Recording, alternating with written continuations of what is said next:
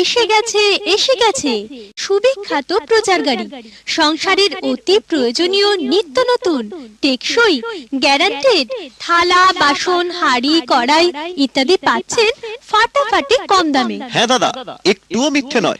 Aluminium, স্টিলের, লাইলনের, ফাইবারের দারুণ দারুণ সরঞ্জামের বিপুল সম্ভার পাচ্ছেন আমাদের এই প্রচার গাড়িতে।